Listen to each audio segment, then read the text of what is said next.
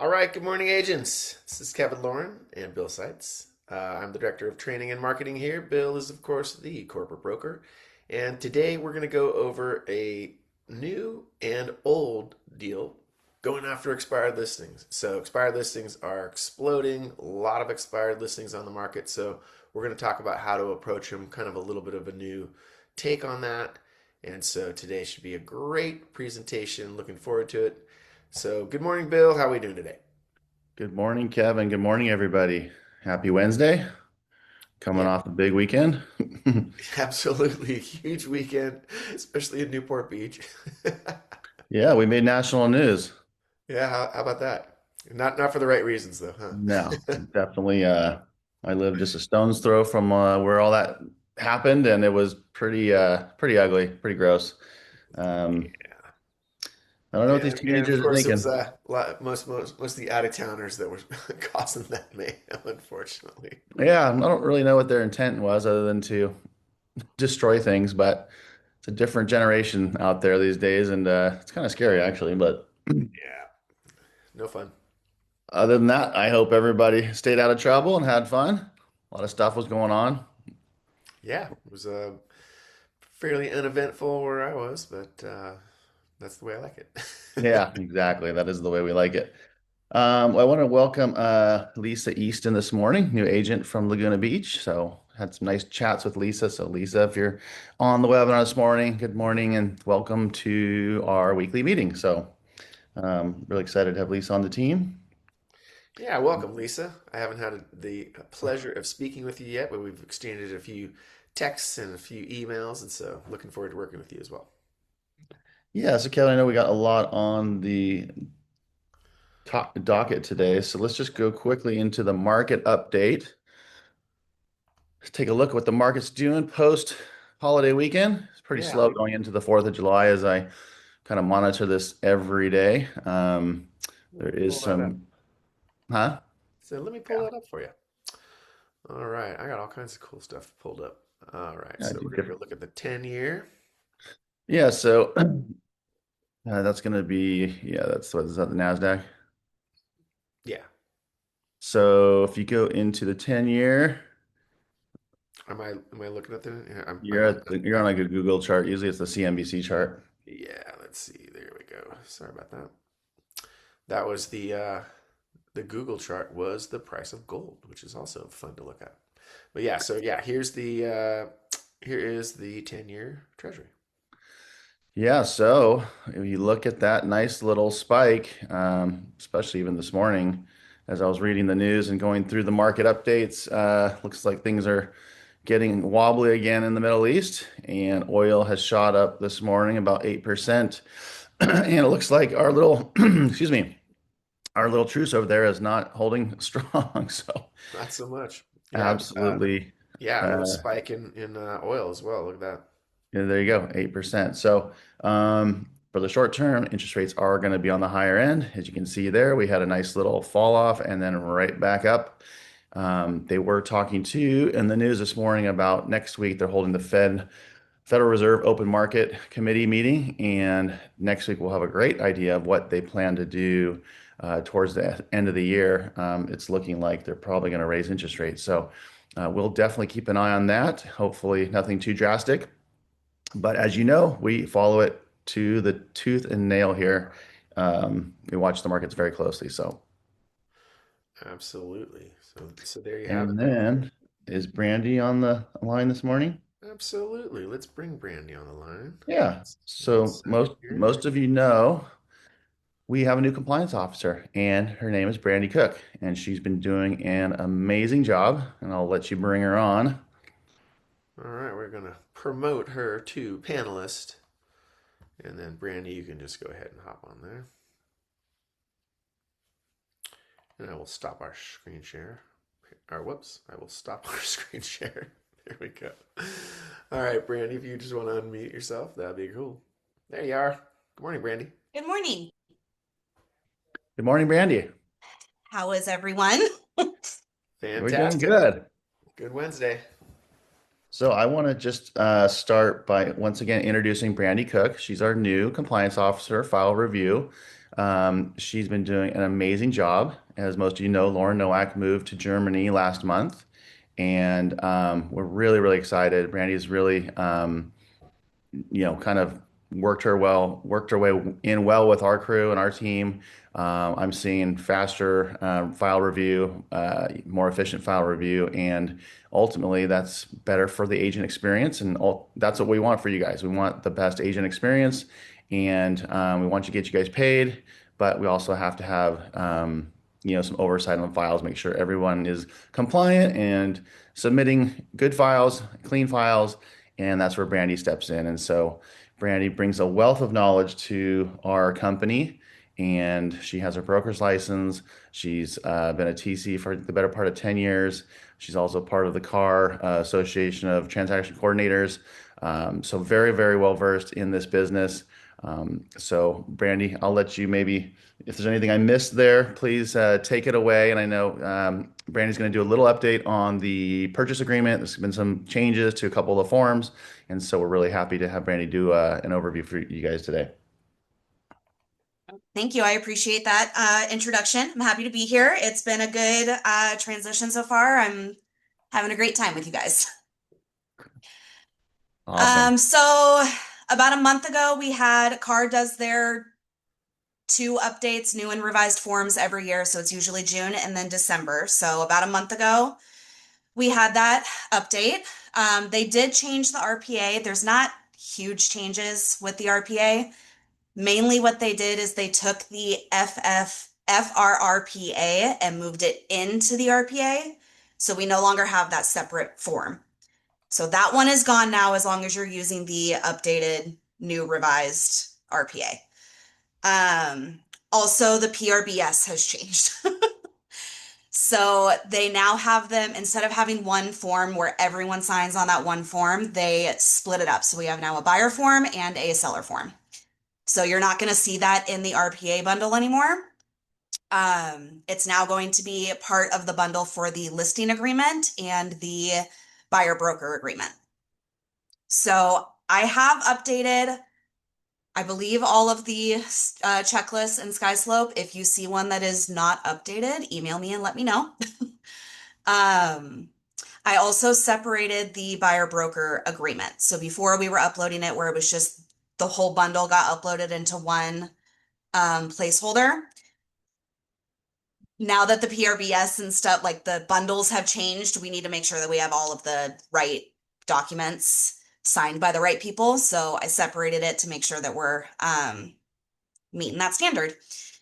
And Brandy, that's really cool also because yeah, that way it's just really easy to get everything uploaded as it comes, right? So the one thing that we never want is a giant file dump at the end of a deal, right?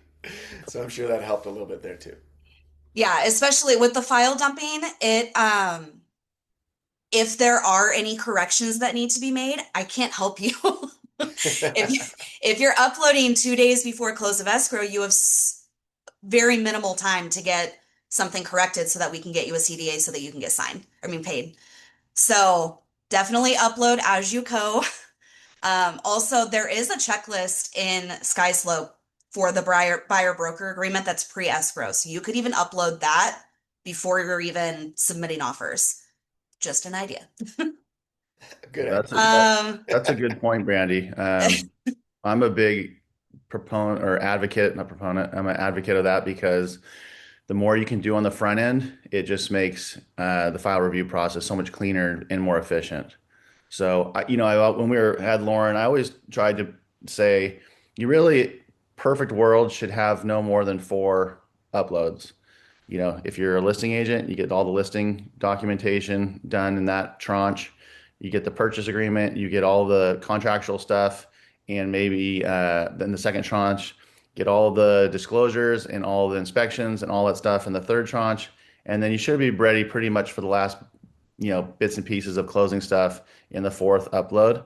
And I think if it's, people look at it that way, it's very easy to kind of, instead of just dumping 80 pages of file, it's not hard to understand that that doesn't do anybody any good, especially on our end for processing. So That's the way I look at it. I don't know if you have anything to add to that, but I think that's pretty efficient. No, I totally agree. And having been a TC for so long at this point, I know what you're doing on the other end.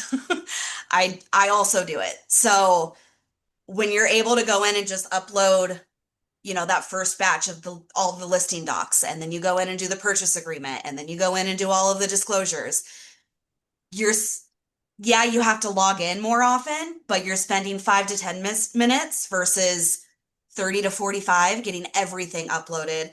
And then you're now on a time crunch to get things corrected, or if you're missing something, go back and get more disclosures signed.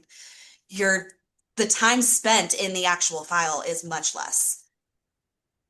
Yeah, 100%. And it, like you said, if there is any corrections, there's no time. So certain things we can understand that maybe if it's a trailing, you know, document that's not super critical, like we can like say, okay, as long as you're going to get that, we'll release a CDA. But if it's a statutory, document like the Avid or something that's pretty, important in the file, it's really not smart for us as a brokerage for your license to be doing that kind of stuff. So just know, like, Brandy's not the bad person over here. She's actually here to help you and to be your asset. And we want you guys to get paid as soon as possible. We know how hard you work. We know how difficult this job can be at times, but everyone's got to do their part. And so Brandy's been very responsive for questions, and I'm seeing all the communications. So if you need something, feel free to email her. I don't know, Brandy, do you like to email as communication is best? Email would be best. I can text. Email is my preferred because if I'm away from my computer at that moment, I like having the note when I get back to my computer to work on it.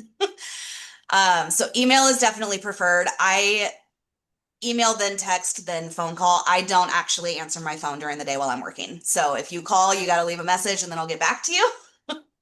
Um, Other than that, I'm checking my email constantly throughout the day. So that's the best way to reach me.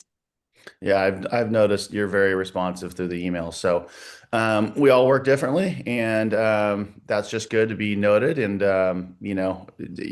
I've seen Brandy respond very quickly to most questions. So make sure you're aware. And just so everyone knows, what's the best email to reach out?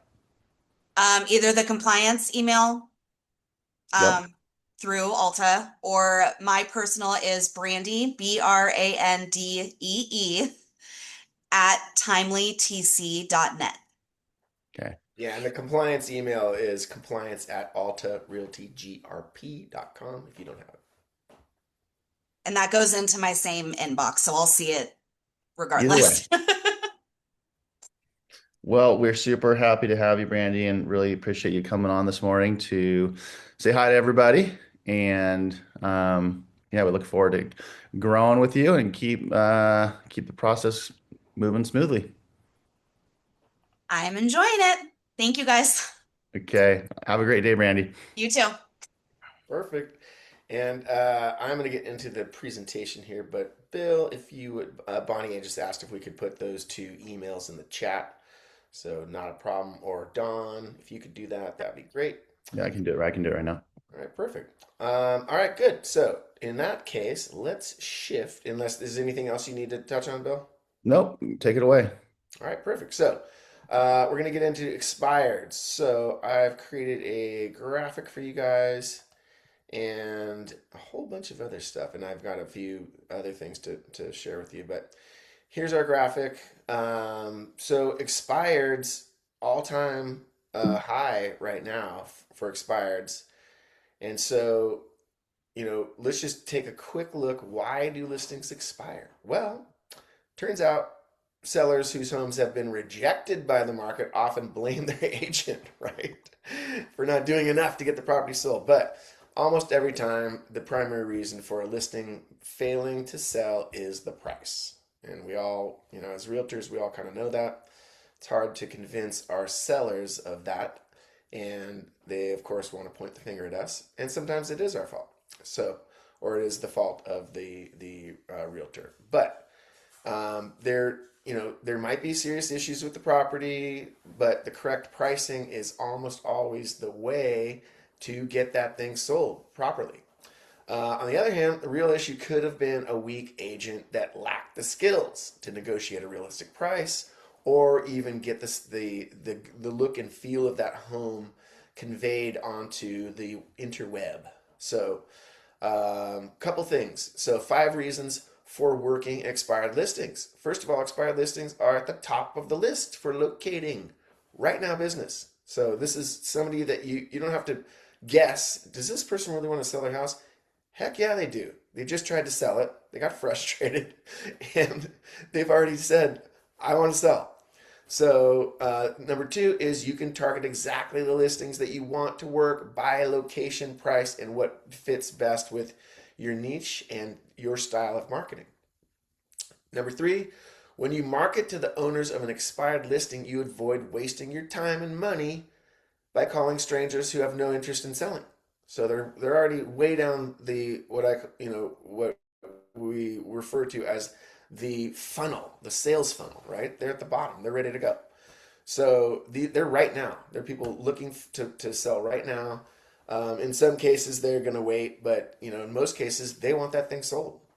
So number 4 is when listings expire, many sellers are more willing to lower the price with a new listing agent. They may not have wanted to admit that to the listing agent that they had previously, but they a lot of times will lower the price once, and especially once you provide a good reason why that should happen, which is normally a detailed CMA and a detailed analysis of what's going on in their market. And then number 5, of course, a yard sign with a QR code on the brochure box or hanging off of the bottom of the for sale sign will allow buyers to access all the property information immediately, and the person's gonna give you their phone number that scanned your QR code, and you're gonna instantly be able to contact them while they're still out in front of the property. So, every time you have a listing, of course, we use that listing to get more listings, and so that is a giant opportunity to get more business. However, targeting the right listings is crucial to your success. So before you contact any seller, you got to determine whether they have already relisted with another agent, and very much important these days is whether their phone number is on the do not call registry. So let me shift my screens. So the do not call registry is very important, and so this is how you become a part of that. Here it is. So what you'll do is you'll go to the telemarketing.donotcall.gov, create a profile for yourself. Here's the little profile thing. Create yourself a profile, and then you can scan the do not call registry. That way you don't get into trouble. So super important. I want all of our agents to do this. Make sure that you are part of that. Make sure that you are not calling people that are on the do not call registry, and make sure that you scan your database in your CRM.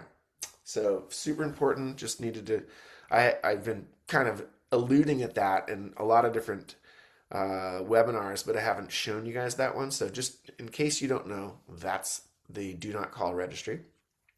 So let's just go into the 7 criteria to determine which expired listings to focus on. So obviously not every expired listing deserves your time and energy. Some of them are, you're just going to spin your wheels like the previous agent. So agents that build a sustainable expired listing business, they know how to separate the good opportunities from the ones that will just expire again.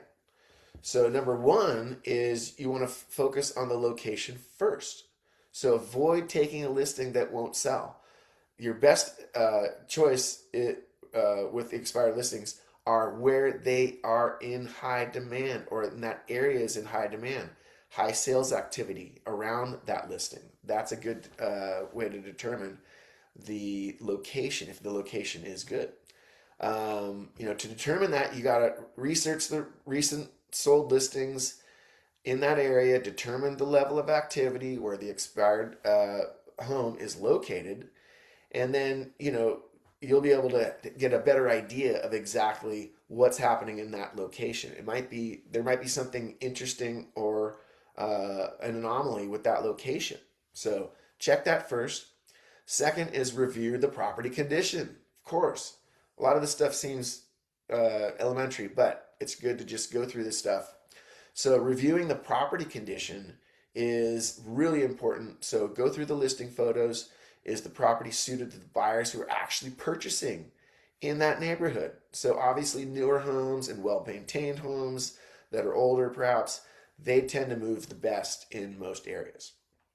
But if there's issues with the property, minor or major, you got to understand that. Is there overgrown shrubbery, tired flower beds? Does it have horrible curb appeal? A front door that clashes with the trim? Just interesting, weird little things like that are easy fixes, and maybe the previous selling agent didn't get to it or didn't convince the seller that needed repair. So those are the things that you're going to be looking for to see if you're going to be able to do a better job than the previous selling agent. Then you want to examine the marketing history. You want to see what the heck did the actual, the other agent actually do. Did they use great photography? Did they use their iPhone? Did it look like crap on the internet? So those things you want to identify immediately. And those are the things that we talk about all the time. If you're taking your listing photos with your iPhone, you're already not putting your best foot forward, and that could be a reason why people don't buy the house, because many sellers failed to realize, and many agents fail to realize, that the online photos are the first showing. These days, that's the first showing. People have an idea about what the home looks like well before they call you or well before they decide to, go by and look at the house. So, if the previous marketing was weak or generic, you have to be able to explain to the seller that photography is the first showing. Buyers use the online photos to disqualify what they're going to be looking for. So that's a massive one. Number 4, ensure that the price is realistic. This is probably the biggest one. So most listings definitely expire because of their pricing. They're overpriced.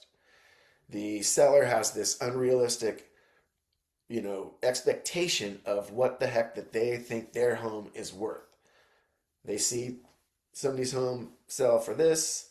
They know the money that they put into it. They've lived in the house for 10 years and they have all these great memories, and so they're not going to sell it for a dime less than X, right? So in those situations, you need to be able to come in with a very detailed CMA and a very good idea of what that current listing should be, and don't let the price that was previously posted taint your vision of what it actually is worth, right? So sellers are always anchored to some old number, right? And they're just, they got their feet in the sand, they're not moving. So avoid wasting your time if that seller is just not going to lower their price, because 9 times out of 10, maybe 95 times out of 100, the price is the reason that it didn't sell. And you lower the price, all of a sudden you're going to get a lot more interest. So number 5, check out the previous listing agent. Do a little research. Throw them into Claude, throw them into AI, see what they say. A couple weeks ago, we did an entire deep dive on, what AI says about you as a realtor. So throw it in there. See what kind of agent was the listing agent. So these situations can be turned around, but only if the seller is willing to hear the hard truth, right? It's worthwhile to go to the listing appointment, but if the seller's unrealistic or difficult, do yourself a favor, walk away. Do not spin your wheels. Number 6, staging. So we all understand as realtors, or most of us do, that staging can make the absolute difference in selling a home, especially with vacant properties. And these days you can use virtual staging for certain things, which is great, but actual staging can really help. And we've got a lot of agents on this call and in our brokerage that do a great job of staging, and they have been able to sell homes for definitely more than if they didn't stage them. So you don't live in the house the way that you sell it. If the seller's unwilling to make the changes, then again, you got to walk away. And Bill, you've got a lot to say about that one. Well, I remember you telling me all kinds of stories when you were listing homes and when you were doing open houses and all that kind of stuff. Oh, well, staging is, depends on the property, but more often than not, if it's not decluttered and staged properly, you're certainly leaving money on the table. In my experience, every time a home's been staged properly, it sells quicker and faster and for top dollar. So even getting multiple offers. So that's really a no-brainer. It's always good to have a good stager as a resource in um, your Rolodex or your phone. And yeah, you should be prepared for that for sure. For sure. So number 7 is easy access still matters. Some sellers are really weird about showing their house, right? So and there's certain things that they'll do that make the access very difficult. So you got to fix the things that make the listing undesirable or that make the showing the property a hassle. No lockbox, limited hours for showing, no open houses, the sticking front door, the alarm system, pets that aren't crated or put somewhere else, sequestered away, right? So any of those things can be huge limitations, and they can mean that your listing will not get shown, and people get frustrated with that stuff and they're like, I'm over it. So that's a huge one. So just remember that old school is still an advantage in today's market, and getting out there and pounding the pavement and working these expired listings better than the next agent, that still works. And that's something that's always been a technique with realtors. These days, it's in a hyper uh, stage because we got the internet, the things come out, the next day you find out what the expireds are, and it's a race against time. So I'm not going to go through all of these, but I am going to make sure everybody has these. This is an entire expired strategy and the specifics on how to do all this stuff. So the number one thing that I'm just going to go through is speed matters. So you pull the expired listings the morning they hit, and then the first 2 to 3 agents that reach out to these expireds, they're the only ones that are going to get heard. By day 3, the seller is getting 20 plus calls of latecomers to the expired game, right? And so if you're one of those, you're not even going to get through, and they're tired of hearing the spiel. But if you can be the first 1 to 2, 3 agents to reach out and to get heard and to plead your case with the most important and the most convincing spiel, those are the ones that actually get that expired listing. So, I have literally an entire strategy on how to do this. So the multi-channel sequenced outreach is the way to go. So don't rely on one call. So here's a typical cadence. Day 1, phone call and a text, right? And of course, handwritten notes are my favorite, dropped in the mailer. Day 1, day 2, email with a value add like a CMA, and I like a printed CMA dropped off in the mailbox if possible with a handwritten note, followed by a text, followed by a phone call. If you can do that in the first day and in that morning, which is tough, and that means you got to work hard, you got to do all those steps that we just talked about, and you got to get that done that day. If you can do that, then you're ahead of the rush. You're ahead of all those other agents that are going to come in right behind you. So the biggest mistake the agents make is launching into, I can sell your house. Sellers are defensive. They've heard it all. They already went through a month, 2 months, 3 months of this rigmarole. So you have to come in with questions. Where do you think it went wrong? What's your plan now? Are you still willing to sell? Do you still want to sell the home? And so before you do that, you have to diagnose everything. So before the conversation, pull the old listing, like we said. Get all the information. Find out. Research the agent. Do everything so you don't come in cold. You got to come in as an expert on that particular listing. So really, really an important thing. So I've got for you guys phone scripts. I've got for you email and text message scripts. Here's a good text message script. I have email messages that you can send. And I also have a few extra tips like handwritten notes. All right. So all of these little things are, this is a blueprint for going after these expireds.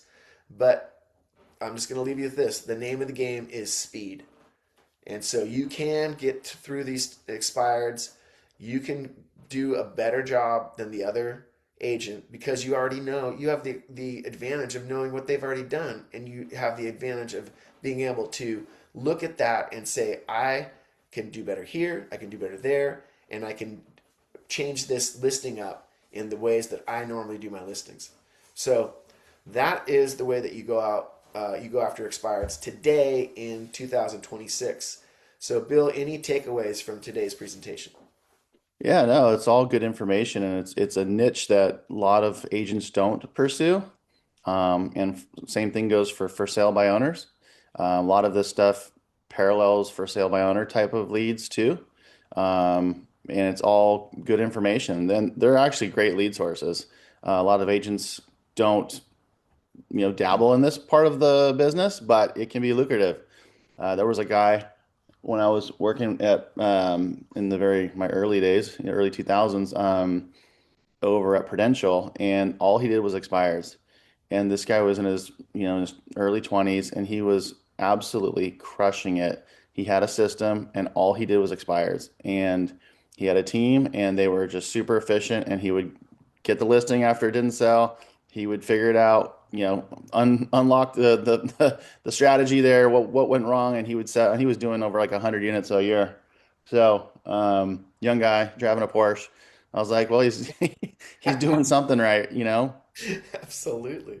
But And that kid, shows up to the expired listing appointment in his Porsche.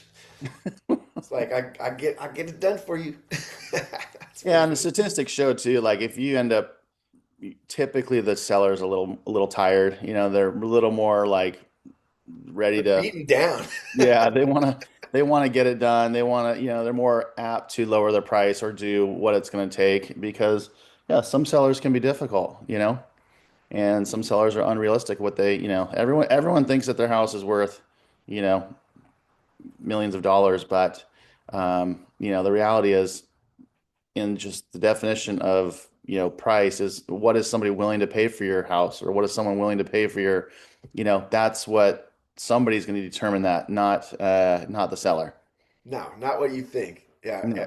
something is only worth what somebody will give you for, and that's for any product, any service, Yeah, and anything, you anything got in to the get a world. yeah, and if you're going to get a loan, it's got to appraise. So it's just, sellers got to really understand that the appraisal is going to be the stop anyways, you know what I mean? It's unless you just find the unicorn buyer, cash doesn't care, just has to be in that spot, which does happen every once in a while, not often, Sure. but most of the times it doesn't. So that appraisal is going to put a hard stop into some fantasy land of a price point. Absolutely. But this is Well, all good stuff. Yeah. I mean, if you guys are interested in doing dabbling in this, this is a great way, and you know what? Maybe the first couple you're not you don't have your spiel down perfect, but can't really get hung up on that. You'll get better if you just kind of got to practice makes perfect. well, that's the thing, Bill. Right now, there's more expireds than in most times, and so this is the time to get your feet wet. There's plenty of them, so you can get to a bunch of them. And Yeah. I think they're not, that trend isn't really going away for the foreseeable future until rates drop.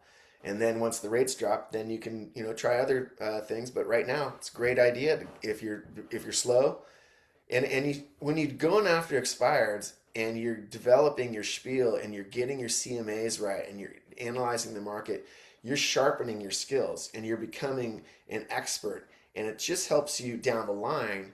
And so, especially if you've only done 5, 6, 10 deals, this is what sharpens you as an agent. And you know the market and you understand the pains of these sellers. And so it's a great opportunity to learn more for yourself. And Stephen Wood, thank you, buddy. He says he'll incorporate this into his practice. Thank you, Bill and Kevin and Brandy. Much appreciated to you, Stephen. Been great having you as one of our agents. Just joined last couple weeks or about a month, but yeah. So this is a great opportunity to learn more about the market, learn how to sharpen your spiel. So Well, and it goes back to what you talk about in having real estate conversations. This counts. oh These yeah, are, when you talk about, the statistics of having whatever it was, 45, 50 conversations lead to one deal. These all, qualify as a real estate conversation. So the more conversations you're, initiating and being proactive on, just means you're going to be closer to that next listing or that next deal. So for sure. And then before we go, just want to remind everybody that, let me share my screen, that every month we put out a blog post. So this is our marketing website. This is if you're part of program 2 and you're part of the Sierra Interactive System, you have a website that looks just like this. And you can go to blog. And even if you don't, you can still just go to argca.co and you can click on blog. And so every month we put out a blog. You can see all the blogs, all the past blogs. So this is the one for July. So you click on this and you can click right here. You can right click and copy this and you can send this blog post to your clients to initiate those real estate conversations. And so then you can send them via text or via email this link and say, and have a follow-up. Hey, just wanted to make sure that you got my article that I sent you. This month it's what can you negotiate in a home purchase? And so these are really good reads. They always are very, very strong real estate topics. They've got sources, they've got citing, they read very well. This is the way that we start real estate conversations when you have nothing. So good point, Bill. That's thank you for reminding me about that. yeah, no worries. I mean, if you're not doing that, that's the minimum. Exactly. If you have nothing to do, pull up one of the blog posts, send them to somebody that you know or somebody in your pipeline, and start talking. So That's it. That's it. Well, thanks, Kevin. It's been a good webinar today off of the holiday, and hopefully everybody has a great week. And we're happy that you guys have joined us, and always appreciate you guys tuning in and every Wednesday. heck yeah. All right, agents.